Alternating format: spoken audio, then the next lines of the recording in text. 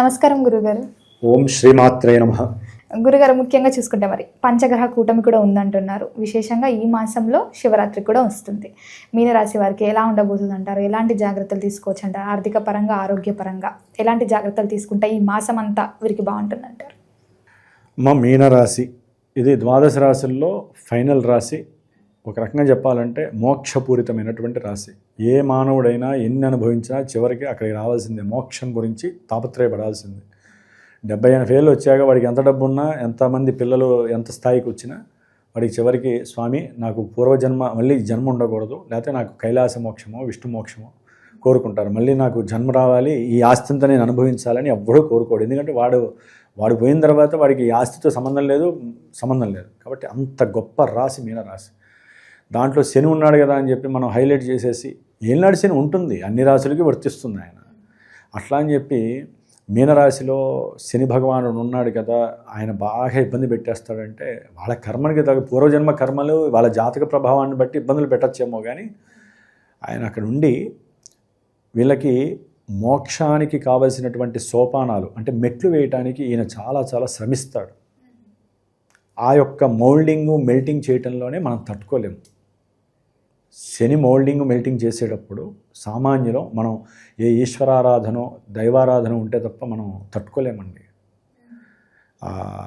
అంత గొప్ప ప్లానెట్ ఎవరంటే శని భగవానుడు. కాబట్టి మీనరాశి వారికి వారు ఏదైతే కూర్చొని ధ్యానం చేస్తారో ఆ ధ్యానానికి సంబంధించినటువంటి వైబ్రేషన్స్ అన్నీ, ఫ్రీక్వెన్సీస్ అన్నీ వీళ్ళకి తప్పకుండా వచ్చేస్తాయి. శని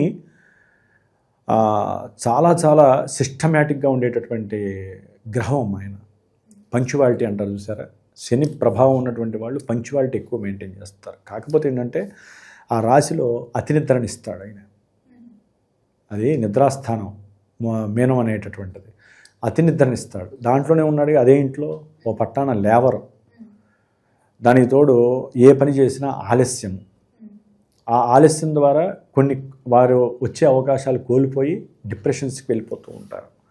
లేకపోతే ఏదో ఆలోచిస్తూ కూర్చుంటారు. లేకపోతే నేను దేనికి పనికిరానేమో అనే ఒక రకమైనటువంటి నిర్లిప్తత, ఒక రకమైనటువంటి వేదనకి గురవుతూ ఉంటారు. ఇవన్నీ ఏంటంటే మానసిక దోషాలు. జనవరి 20 నుంచి ఆ రాశిలో శని సొంత నక్షత్రంలోకి వచ్చేసరికి ఆరోగ్యం మీద ప్రభావం ఎక్కువ చూపిస్తుందన్న. జన్మరాశి అనేది వారి యొక్క దేహాన్ని సూచిస్తే, మేషం నుంచి అది 12వ రాశి కాబట్టి హాస్పిటలైజేషను, ఆరోగ్యరీత్యా కొన్ని సమస్యలు, లేకపోతే మనసు ఉల్లాసం ఉత్సాహం బదులు కొంచెం డిప్రెషన్స్ కలగటము, అట్లాగే ధనం మీద ఎక్కువ ధ్యాస ఉంటుంది కానీ సంపాదించలేక అల్లాడిపోతూ ఉంటారు.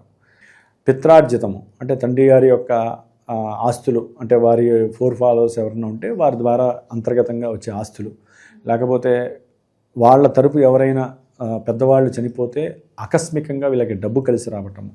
అంటే తండ్రి గారి తరపు ఎవరైనా తెలియకుండానే వీలునామాలు అవి వాళ్ళ మీద పెట్టిన వాళ్ళు కొంతమందికి వచ్చిన వాళ్ళు ఉంటారు. అట్లా వచ్చిన వాళ్ళు ఉండుండొచ్చు. ముఖ్యంగా బుధగ్రహము, శుక్రగ్రహము పూర్తిగా ధనకారకత్వాన్ని కలిగించిన వాడు. ఎవరో ఒకళ్ళు కుటుంబంలో వీరికి ఆర్థికపరమైనటువంటి సహకారాన్ని ఆకస్మికంగా అందించటం. కొంతమంది వీరు చేసినటువంటి ఒకప్పుడు వీరేదైనా సహాయ సహకారాలు చేస్తుంటే అది గుర్తుపెట్టుకొని వీరికి అవసరమైన స్థితిలో ఇప్పుడు ధనం రావటం, అంటే ఏదో రూపకంగా ఈ రకంగా ధనం రావటం. అట్లాగే వీరు కనుక భార్యతో లేకపోతే భార్య భర్తతో కొంచెం జాగ్రత్తగా ఎటువంటి అంతర్గత విభేదాలు లేకుండా అనుకూలంగా మాట్లాడితే అనుకున్న సంకల్ప సిద్ధికి చాలా దగ్గరలో ఉంటారు. స్త్రీ అయినా పురుషుడైనా ఈ యొక్క మీనరాశి వారు కొంచెం అనుకూలంగా మాట్లాడగలిగే స్టామినా ఉండాలి. అంత లోపల ఒకటి పెట్టుకొని బయటకు ఒకటి మాట్లాడితే అది ఒక మహాదోషం అవుతుంది. కాబట్టి బుధగ్రహము విద్యార్థులకు సంబంధించి చక్కటి లాభస్థితి. అంటే వీరు ఆలోచించే తీరు ఎట్లా ఉండుంటే ఈ సమయంలో ఈ ఫిబ్రవరి 3వ తారీఖు వరకు కూడా నేను గవర్నమెంట్ జాబ్ కొట్టాలి, దానికి తగ్గట్టుగా నేను ప్రిపేర్ అవ్వాలి, దానికి తగ్గట్టుగా నేను చదవాలి, అటువంటి ఆలోచనలు, ఉన్నతమైనటువంటి ప్రదేశాలకు వెళ్ళి నేను చదువుకోవాలి అనేటటువంటి విపరీతమైనటువంటి స్థితిగతులు. అంటే విదేశాల గురించి ఎక్కువ ఆలోచించకపోయినా ఇక్కడ అయినా సరే నేను మంచి గోల్ కొట్టాలి అనేటటువంటి ఆలోచన విద్యార్థుల్లో చాలా మంచి లాభస్థితిని కలుగజేస్తుందని చెప్పుకోవాలి.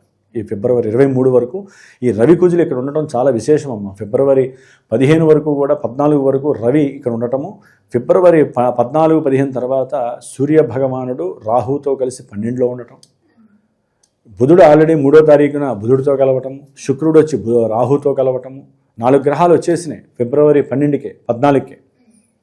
కుజుడు లాభంలోంచి ఎప్పుడైతే 12లోకి వస్తాడో 23 తర్వాత పంచగ్రహ కూటమి వీళ్ళకి అప్లికబుల్ అవుతుంది.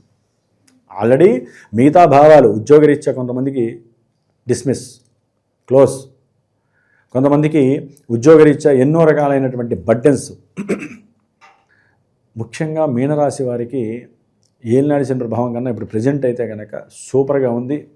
ఫిబ్రవరి 3 వరకు లాభంలో చతుర్గ్రహ కూటమి వీరికి ఉత్తరాయణ అన్నా కూడా కొన్ని లాభాలని కలుగజేస్తుంది. ఉద్యోగపరంగా లాభాన్ని కలుగజేసింది మీనరాశి వారికి. ఎదురు చూస్తూ చక్కగా వచ్చేసిన వాళ్ళు కూడా చాలామంది ఉన్నారు ఉద్యోగరీత్యా. అట్లాగే కొంతమంది పొలిటీషియన్స్కి కూడా ఉన్నతమైనటువంటి పదవుల్లో ముఖ్యమైనటువంటి హోదా లభించినటువంటి వాళ్ళు కూడా ఉండొచ్చు. అట్లాగే మనకి అప్పులు ఎవరికైతే ఉన్నాయో ఉద్యోగరీత్యా కొంతమంది అప్పులు చేసి ఉండొచ్చు, లేకపోతే తండ్రి గారి యొక్క ఆరోగ్యరీత్యా అప్పులు చేసి ఉండొచ్చు, లేకపోతే వీరికి ఆరోగ్యం బాగాలేక అప్పు చేసినటువంటి వాళ్ళు, సంతాన రీత్యా అప్పు చేసినటువంటి వాళ్ళందరికీ కూడా అప్పులు తీర్చుకునే సమయం కూడా ఈ ఫిబ్రవరి 12 వరకు సూర్య భగవానుడు ఇస్తున్నాడు అన్నమాట. అంటే లాభంలో ఉండి చక్కగా కొన్ని దోషాలు కర్మదోషాలు పోగొట్టేస్తున్నటువంటి స్థితిలో లాభంలో ఉన్న గ్రహాలు రవి, కుజ, ఉచ్చస్థిత కుజుడు. ఈయన ముఖ్యంగా విపరీతమైనటువంటి ధనలాభాన్ని వీరికి ఆల్రెడీ అందచేస్తున్నారు ఫిబ్రవరి 23 వరకు. ఎవరికి? మీనరాశి వారికి చక్కటి లాభస్థితి. వీరు మాట్లాడితే చాలు చక్కగా డబ్బులు వచ్చేటటువంటి ఆకర్షణ శక్తి వీరికి కలుగుతుంది.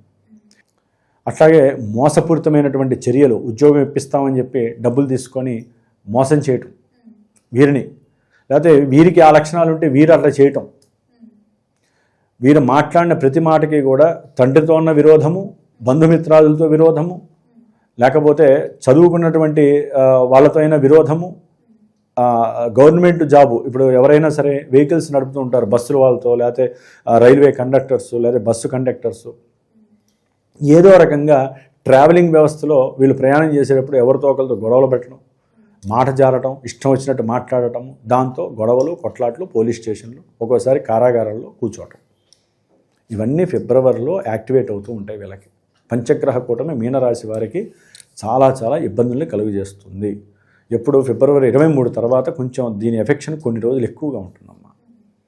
ఈ లోపల వీరి యొక్క చదువుకునే విద్యార్థులకి, ముఖ్యంగా వ్యాపారస్తులకి భార్యాభర్తల మధ్య సమన్వయ లోపం జరిగి ఇరువురి మధ్య కాస్త కటాఫ్ అవ్వటము, ఇరువురు కాస్త దూరంగా ఉండేటటువంటి పరిస్థితులు, అత్తామామలు ఎగైనెస్ట్గా ఉండటము, ఇలాంటివన్నీ జరుగుతాయి. ఏలినాడు శనితో పాటు ఈ యొక్క చతుర్గ్రహ కూటమి కుజుడు ఒక్కడు ఫిబ్రవరి 23 వస్తాడు. అప్పుడు పంచగ్రహ కూటమి అప్లికబుల్ అవుతుంది. అప్పటి వరకు సమస్యలు ఉంటాయి. కానీ 6వ స్థానంలో ఉన్నటువంటి కేతువు కొంతవరకు ఉద్యోగంలో స్థిరత్వాన్ని ఇవ్వడానికి ఎక్కువ తాపత్రయపడుతూ ఉంటాడు. కానీ సూర్య భగవానుడు సరిగ్గా లేకపోవటం వలన ఫిబ్రవరి 12 తర్వాత వీరు చేసే జాబ్స్ కానీ, లేకపోతే తండ్రి యొక్క అనారోగ్య పరిస్థితుల వలన ఆర్థికపరమైనటువంటి నష్టాలు, ఉన్నటువంటి ఆస్తులు అమ్ముకొని ఆ ధనంతో వైద్యము చేయించేటటువంటి పరిస్థితులు, ఇట్లా రకరకాల సమస్యలు వీరికి కలిగే అవకాశము. పొలిటీషియన్స్ ద్వారా కొంతమందికి లింక్స్ ఉంటాయి కదా మీనరాశి వారికి, వారి ద్వారా వీరికి థ్రెట్గా ఉండటము, అంటే కొన్ని దోషాలు వీరిని ఉక్కిరిబిక్కిరి చేసేటటువంటి పరిస్థితులు కలుగుతాయి. ముఖ్యంగా స్త్రీ సంబంధిత లైంగిక వ్యవహారాల పరంగా స్త్రీ సంబంధిత దోషాలు మీనరాశి వారికి చాలా ఇబ్బందులు ఎదురవుతాయి అవకాశాలు ఉంటాయి. అంటే కొంతమంది లోపలికి వెళ్ళే పరిస్థితి, జైలుకి వెళ్ళే పరిస్థితి కూడా కనిపిస్తుంది. అది రాజకీయ నాయకులు కావచ్చు, పెద్ద పారిశ్రామికవేత్తలు కావచ్చు, వ్యాపారస్తులు కావచ్చు, పెద్ద బిలియనీర్స్ అయినా సరే ఒక్క స్త్రీ దగ్గర వారికి లోపభూయిష్టం జరిగి ఎన్నో సమస్యలు, థ్రెట్స్ కలిగే అవకాశం ఉంటుంది. స్త్రీ వలన పతనమయ్యే పరిస్థితులు కూడా కలిగే అవకాశాలు ఉంటాయి. ఇట్లా మీనరాశి వారికి పంచగ్రహ కూటమి చాలా వరకు, చతుర్గ్రహ కూటమి ఇబ్బందులు పెడుతుంది. ఫిబ్రవరి 3 నుంచి కొంచెం వీళ్ళకి అన్ని రకాలుగా స్ట్రెస్ఫుల్గా ఉండే అవకాశం ఉంటుందమ్మా. కాబట్టి వీరికి ఉన్నంతలో విద్యార్థులకి అయితే కనుక విద్య మీద ఆసక్తి ఉంటుంది. కానీ ఈ గ్రహస్థితి వలన ఏంటంటే దుర్వ్యసనాలు పారవుతారు బాగా విద్యార్థులు. బలం సరిపోదు వాళ్ళకి. దానివలన ఏంటంటే ప్రయాణాలు ఎక్కువ చేస్తూ కొన్ని యాక్సిడెంట్లు, దాని ద్వారా హాస్పిటల్లో డబ్బులు ఖర్చులు, తండ్రి మాట వినకపోవటము, కొంతమంది విద్యార్థులు అట్లాగే ఎదురు చెప్పటము, అబద్ధాలు చెప్పటము, వీరికి ఉన్నటువంటి మానవతా విలువలు తీసేసుకోవటము, స్త్రీలతో సరిగ్గా మాట్లాడకపోవటం, కొంతమంది పోట్లాడి అనవసరమైనటువంటి గొడవలు సృష్టించుకుంటారు మీనరాశి వారు. అందుకని ఈ గ్రహాలు కలిస్తే ఆ గ్రహాలకి సంబంధించినటువంటి సిగ్నిఫికెన్సెస్ అన్నీ కూడా యాక్టివేట్ అయ్యి 100 రకాలుగా ఉత్పన్నం అవుతూ ఉంటాయి అన్నమాట. అందుకని వీరు ఏం చేయాలంటే నవగ్రహాలకి మొత్తం పూజ చేసుకుంటూ ఉండాలి. వీలుంటే దేవాలయాలకు వెళ్ళి నవధాన్యాలు ప్రతి గ్రహం దగ్గర వేసి వచ్చి, వీలుంటే ప్రతి శనివారము లేదా ఆదివారం రోజున వీరు మొత్తం గ్రహాలన్నిటి దగ్గర దీపారాధన చేయటం, ప్రతిరోజు ఆదిత్య హృదయం చదవటం ద్వారా ఆరోగ్యము, తండ్రి గారితో విరోధత్వం లేకపోవటము, గవర్నమెంట్ సంస్థల నుంచి వీరికి థ్రెట్స్ లేకుండా ఉండటం, ఇబ్బందులు లేకుండా ఉండటం, అప్పుల బాధ తొలగిపోవటము, ఇలాంటివన్నీ జరుగుతాయి. వీరి ఆరోగ్యం ముందు కొంచెం కండిషనల్గా ఉండటానికి ఆదిత్య హృదయం బాగా చదవాలి రోజు. ప్రతి ఆదివారము వీలుంటే 6 సార్లు 60 సార్లు చదవటం చాలా ప్రధానము. మహాశివరాత్రికి వీరు చక్కగా నవగ్రహ పాశుపత రుద్రాభిషేకం ఇంట్లోనే చేసుకోవాలి, లేకపోతే హోమం చేయించుకోవాలి వీళ్ళు. లేదా అంత డబ్బు ఖర్చు పెట్టలేము, ఇండివిజువల్గా చేసుకోవాలంటే చాలా ఖర్చు అవుతుందమ్మా. అందుకని మా పీఠంలో ప్రతి అమావాస్యకి హోమం చేస్తూ ఉంటాం. ఈసారి మహామృత్యుంజయ పాశుపత హోమం కొన్ని రాశులు ఉన్నాయి, ఆ రాశుల్లో మీనరాశి వారికి కూడా ఉంది కాబట్టి ఆ మృత్యుంజయ పాశుపత హోమం అనేటటువంటిది మీరు కూడా మీనరాశి వారు పాల్గొని ఉన్నంతలో ఆ యొక్క భస్మ ప్రసాదం నిత్యం ధరించడం ద్వారా మీకు వచ్చేటటువంటి ఎన్నో రకాల ఉత్పన్నమయ్యేటటువంటి సమస్యల నుంచి మీరు కాస్త వెసులుబాటు పొందడానికి అవకాశం ఉంటుంది. వచ్చేది ఎట్లయినా వస్తుంది, కానీ మనం చేసే పూజలు, పునస్కారాలు, హోమాలు, అభిషేకాలు మానసికమైనటువంటి ఆనందాన్ని ఇవ్వలేకపోయినా కొంతవరకు నిర్వీర్యం కాకుండా చేసే శక్తి, దైవశక్తి మన మీద ఉంటుంది. కాబట్టి గ్రహశక్తిని మనం పోరాడాలంటే దైవశక్తిని మనం లోపలికి ప్రేరేపించుకోవాలి. కాబట్టి సరైనటువంటి గురువుల్ని నమ్మండి, సరైనటువంటి దేవాలయాల దగ్గరికే వెళ్ళండి. ప్రతిదీ దేవాలయం అనుకుంటే చాలా కష్టాలని మనం చూడాల్సి వస్తుంది. కాబట్టి మీనరాశి వారు తస్మాత్ జాగ్రత్త. ఏలినాడు శని గురించి భయపడండి, కానీ అంత భయపడి లేనిపోయిన రోగాలు తెచ్చుకోవాల్సిన అవసరం అయితే లేదు. ప్రతిరోజు నిత్యము హనుమాన్ చాలీసా చదవండి. ఆయన మీకు ఒంటి మీదకి వస్తాడు, చక్కగా శని నుంచి కాపాడుతూ ఉంటాడు. హనుమాన్ చాలీసా చాలా ఉత్తమమైనటువంటి పరిష్కారము వీరికి. గురుగారు, మొత్తం మీద ఫిబ్రవరి మాసంలో మీనరాశి వారికి ఎలా ఉండబోతుంది, ఎలాంటి జాగ్రత్తలు తీసుకోవాలి, ఎలాంటి పరిహారాలు చేయాలో చాలా చక్కగా చెప్పినందుకు ధన్యవాదాలు. శుభమస్తు.